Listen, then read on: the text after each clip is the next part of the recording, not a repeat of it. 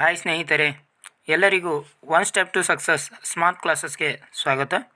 ನೋಡಿ ಫ್ರೆಂಡ್ಸ್, ನಾವಿವತ್ತು 6ರಿಂದ 10ನೇ ತರಗತಿಯವರೆಗಿನ ಸಮಾಜ ವಿಜ್ಞಾನದ ಪ್ರಶ್ನೆಗಳ ಮುಂದಿನ ಸರಣಿಯನ್ನು ನೋಡ್ತಾ ಬರೋಣ. 461ನೇ ಪ್ರಶ್ನೆ, ಶಾತವಾಹನರ ರಾಜಧಾನಿ ಯಾವುದು? ಇದಕ್ಕೆ ಸರಿಯಾದ ಉತ್ತರ ಪ್ರತಿಷ್ಠಾನ ಅಥವಾ ಪೈಠಾಣ. ಈ ಪ್ರತಿಷ್ಠಾನ ಅಥವಾ ಪೈಠಾಣ ಎಂಬುದು ಶಾತವಾಹನರ ರಾಜಧಾನಿಯಾಗಿತ್ತು.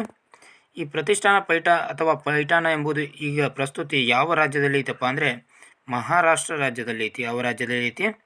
ಮಹಾರಾಷ್ಟ್ರ ರಾಜ್ಯದಲ್ಲಿ ಐತಿ. ಹಾಗಾದರೆ ಶಾತವಾಹನರ ಬಗ್ಗೆ ನೋಡ್ತಾ ಬರೋದಾದರೆ, ಶಾತವಾಹನರ ಸ್ಥಾಪಕ ಯಾರಪ್ಪ ಅಂದರೆ ಸಿಮುಖ.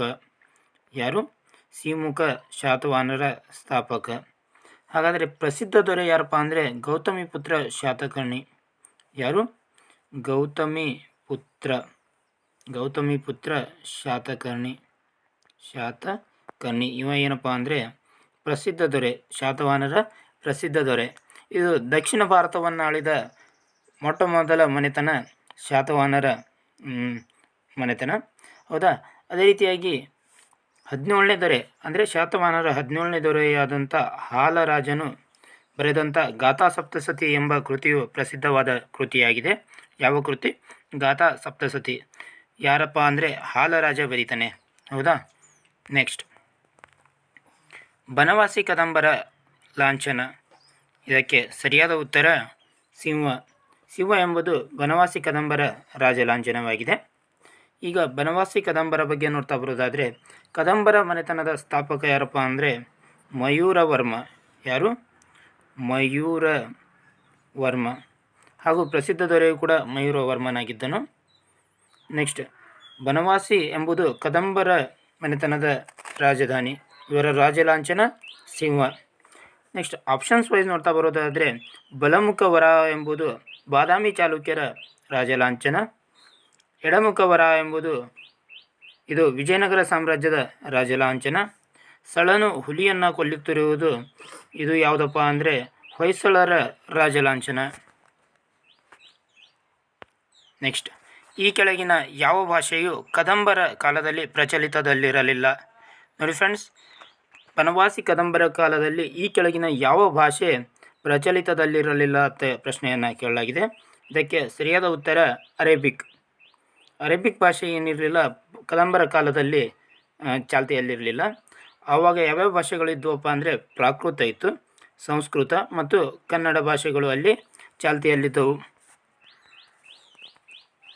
ಕನ್ನಡದ ಮೊದಲ ಶಾಸನವಾದ ಹಲ್ಮಿಡಿ ಯಾವ ಜಿಲ್ಲೆಯಲ್ಲಿದೆ?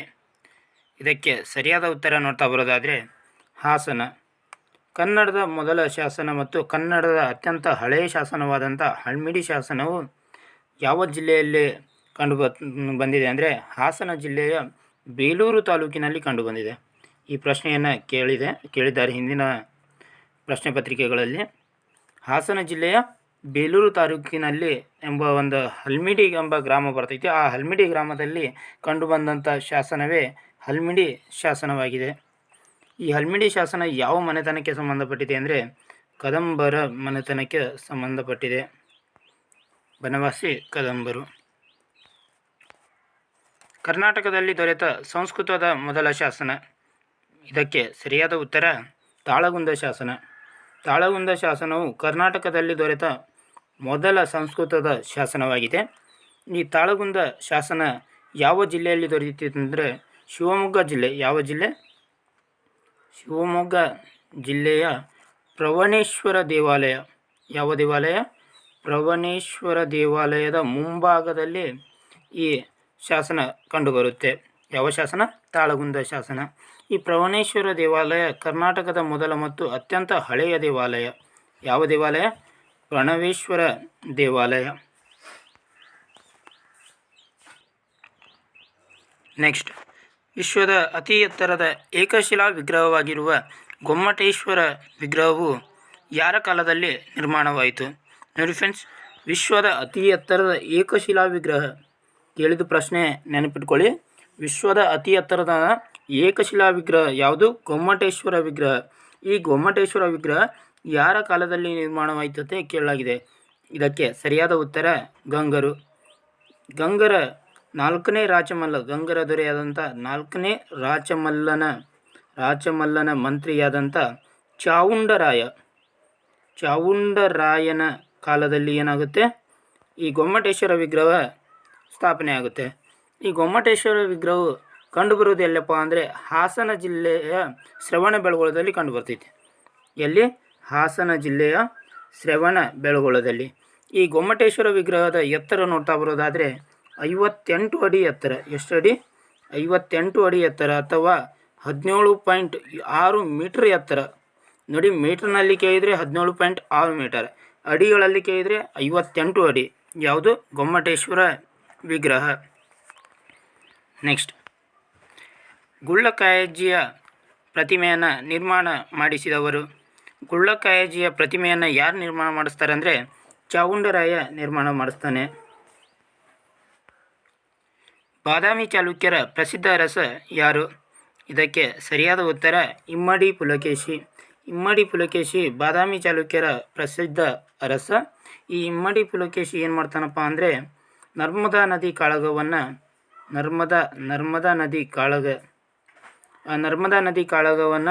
ಯಾರ ಜೊತೆ ಅಂದರೆ ಹರ್ಷವರ್ಧನ ಜೊತೆ ಮಾಡ್ತಾನೆ. ಈ ನರ್ಮದಾ ನದಿ ಕಾಳಗದಲ್ಲಿ ಇಮ್ಮಡಿ ಪುಲಕೇಶಿ ಏನಾಗ್ತಾನೆ? ಜಯಗಳಿಸಿ ಈ ಐಹೊಳೆ ಶಾಸನವನ್ನು ರಚಿಸ್ತಾನೆ. ಯಾವ ಶಾಸನ? ಐಹೊಳೆ ಶಾಸನ. ಈ ಐಹೊಳೆ ಶಾಸನವು ಯಾವುದರ ಬಗ್ಗೆ ಹೇಳ್ತೈತಪ್ಪ ಅಂದರೆ ನರ್ಮದಾ ನದಿ ಕಾಳಗದ ಬಗ್ಗೆ ಹೇಳ್ತೈತಿ. ನೆಕ್ಸ್ಟ್, ದೇವಾಲಯಗಳ ಶಿಲ್ಪದ ತೊಟ್ಟಿಲು ಎಂದು ಯಾವ ನಗರವನ್ನು ಕರೆಯುತ್ತಾರೆ? ಇದಕ್ಕೆ ಸರಿಯಾದ ಉತ್ತರ ಐಹೊಳೆ. ಐಹೊಳೆಯನ್ನು ದೇವಾಲಯಗಳ ಶಿಲ್ಪದ ತೊಟ್ಟಿಲು ಎಂದು ಕರೆಯುತ್ತಾರೆ.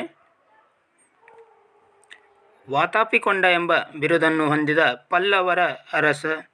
ಇದಕ್ಕೆ ಸರಿಯಾದ ಉತ್ತರ ನರಸಿಂಹವರ್ಮ. ನರಸಿಂಹವರ್ಮನು ವಾತಾಪಿಕೊಂಡ ಎಂಬ ಬಿರುದನ್ನು ಹೊಂದಿದ್ದನು. ಇವನಿಗೆ ವಾತಾಪಿಕೊಂಡ ಎಂಬ ಬಿರುದು ಯಾಕೆ ಬರ್ತೈತಪ್ಪ ಅಂದರೆ ನರಸಿಂಹವರ್ಮ ಏನು ಮಾಡ್ತಾನಂದರೆ ಇಮ್ಮಡಿ ಪುಲಕೇಶಿಯನ್ನು ಸೋಲಿಸಿ ಬಾದಾಮಿ ಅಂದರೆ ಮೊದಲಿನ ವಾತಾಪಿ ಅಂತೇಳಿ ಮೊದಲ ಹೆಸರದು, ಬಾದಾಮಿಯನ್ನು ಏನು ಮಾಡ್ತಾನೆ? ವಶಪಡಿಸ್ಕೋತಾನೆ. ವಶಪಡಿಸ್ಕೊಂಡ ನಂತರ ಇವನಿಗೆ ಏನಂತ ಬಿರುದು ಬರುತ್ತೆ? ವಾತಾಪಿಕೊಂಡ ಎಂಬ ಬಿರುದನ್ನು ಪಡಿತಾನೆ. ಯಾರು? ನರಸಿಂಹವರ್ಮ. ನೆಕ್ಸ್ಟ್, ಎಲ್ಲೋರಾದ ಕೈಲಾಸನಾಥ ದೇವಾಲಯವನ್ನು ಸ್ಥಾಪಿಸಿದವರು. ಇದಕ್ಕೆ ಸರಿಯಾದ ಉತ್ತರ 1ನೇ ಕೃಷ್ಣ. ರಾಷ್ಟ್ರಕೂಟರ ದೊರೆಯಾದಂಥ 1ನೇ ಕೃಷ್ಣ ಏನು ಮಾಡ್ತಾನೆಂದರೆ ಮಹಾರಾಷ್ಟ್ರದ ಎಲ್ಲೋರಾದಲ್ಲಿ ಕೈಲಾಸನಾಥ ದೇವಾಲಯವನ್ನು ಸ್ಥಾಪಿಸ್ತಾನೆ. ವಿಶ್ವದ 4 ವಿಶಾಲ ಸಾಮ್ರಾಜ್ಯಗಳಲ್ಲಿ ರಾಷ್ಟ್ರಕೂಟರ ಸಾಮ್ರಾಜ್ಯವು ಒಂದಾಗಿತ್ತೆಂದು ಹೇಳಿದ ಪ್ರವಾಸಿಗ ಯಾರು? ಇದಕ್ಕೆ ಸರಿಯಾದ ಉತ್ತರ ಸುಲೈಮಾನ್.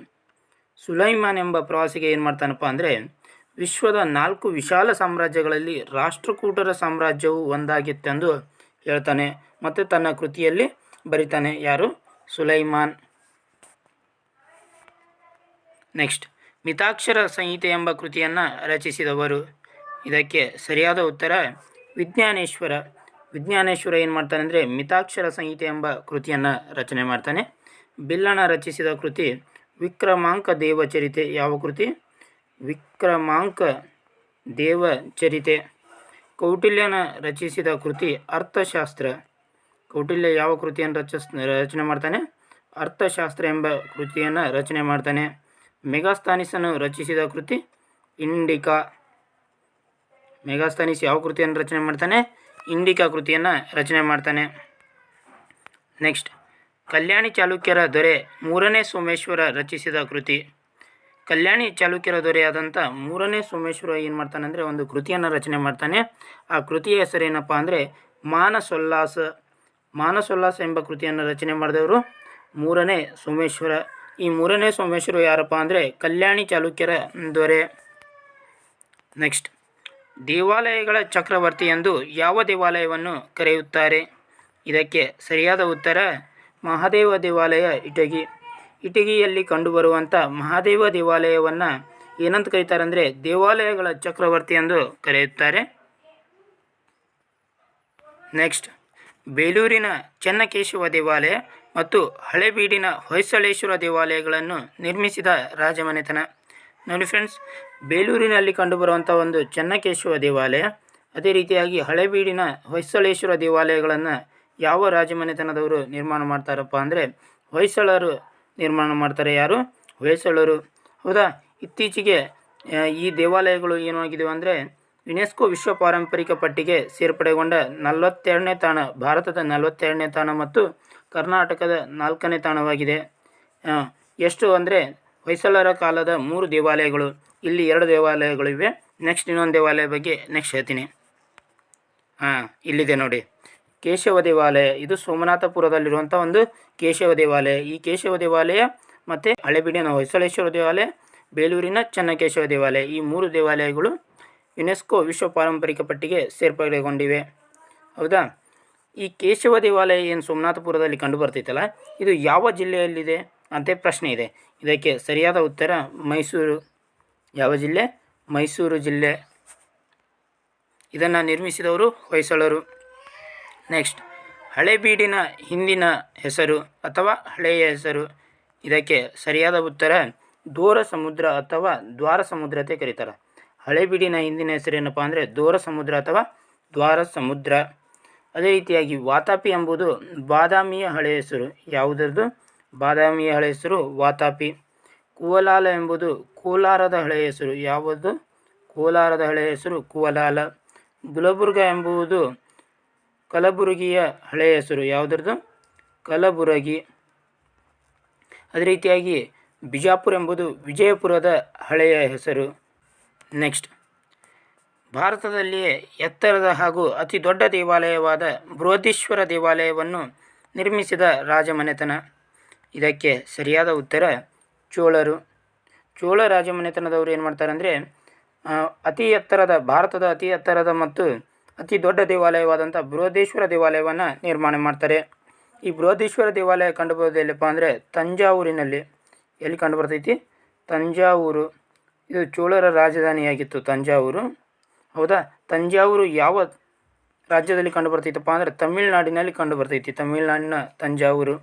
ಹಾಗಾದರೆ ಬೃಹದೀಶ್ವರ ದೇವಾಲಯವನ್ನು ನಿರ್ಮಾಣ ಮಾಡಿದವರು ಯಾರಪ್ಪ ಅಂದರೆ ರಾಜರಾಜ ಚೋಳ. ಯಾರು ನಿರ್ಮಾಣ ಮಾಡ್ತಾರೆ? ರಾಜರಾಜ ಚೋಳ. ಈ ರಾಜರಾಜ ಚೋಳ ಏನು ಮಾಡ್ತಾನಂದರೆ ತಂಜಾವೂರಿನಲ್ಲಿ ಬೃಹದೀಶ್ವರ ದೇವಾಲಯವನ್ನು ನಿರ್ಮಾಣ ಮಾಡ್ತಾನೆ. ಈ ಬೃಹದೀಶ್ವರ ದೇವಾಲಯದ ಮೇಲೆ ಏನು ಒಂದು ಗುಮ್ಮಟ ಇದೆಯಲ್ಲ, ಅಂದರೆ ಒಂದು 200 ಅಡಿ ಇದೆ. ಅದರ ಎತ್ತರ 200 ಅಡಿ. ಇನ್ನು ನಾವೇನು ಕಮಾನ್ ಅಂತ ಕರಿತೀವಲ್ಲ, ಅದು 200 ಅಡಿ ಎತ್ತರವಾಗಿದೆ. ಹೌದಾ? ನೆಕ್ಸ್ಟ್, ಗಂಗೈಕೊಂಡ ಎಂಬ ಬಿರುದನ್ನು ಹೊಂದಿದ ಚೋಳರ ರಾಜ. ಇದಕ್ಕೆ ಸರಿಯಾದ ಉತ್ತರ ರಾಜೇಂದ್ರ ಚೋಳ. ರಾಜೇಂದ್ರ ಚೋಳ ಏನು ಮಾಡ್ತಾನಪ್ಪ ಅಂದರೆ ಗಂಗೈಕೊಂಡ ಎಂಬ ಬಿರುದನ್ನು ಹೊಂದಿದ್ದ. ಈ ರಾಜೇಂದ್ರ ಚೋಳ ಯಾರ ಮಗ ಅಂದರೆ ರಾಜರಾಜ ಚೋಳನ ಮಗ. ಯಾರ ಮಗ? ರಾಜರಾಜ ಚೋಳನ ಮಗನೇ ರಾಜೇಂದ್ರ ಚೋಳ. ಇವಿಷ್ಟು ಏನಾಗಿತ್ತಪ್ಪ ಅಂದರೆ 6ರಿಂದ 10ನೇ ತರಗತಿಯ ಸಮಾಜ ವಿಜ್ಞಾನದ ಪ್ರಮುಖ ಪ್ರಶ್ನೆಗಳ ಡಿಸ್ಕಷನ್ ಕ್ಲಾಸ್ ಆಗಿತ್ತು. ಇದೇ ರೀತಿಯಾಗಿ ಇನ್ನಿತರ ಕ್ಲಾಸ್ಗಳಿಗಾಗಿ ನಮ್ಮ ಚಾನಲನ್ನು ಸಬ್ಸ್ಕ್ರೈಬ್ ಮಾಡ್ಕೊಳ್ಳಿ. ಧನ್ಯವಾದಗಳು.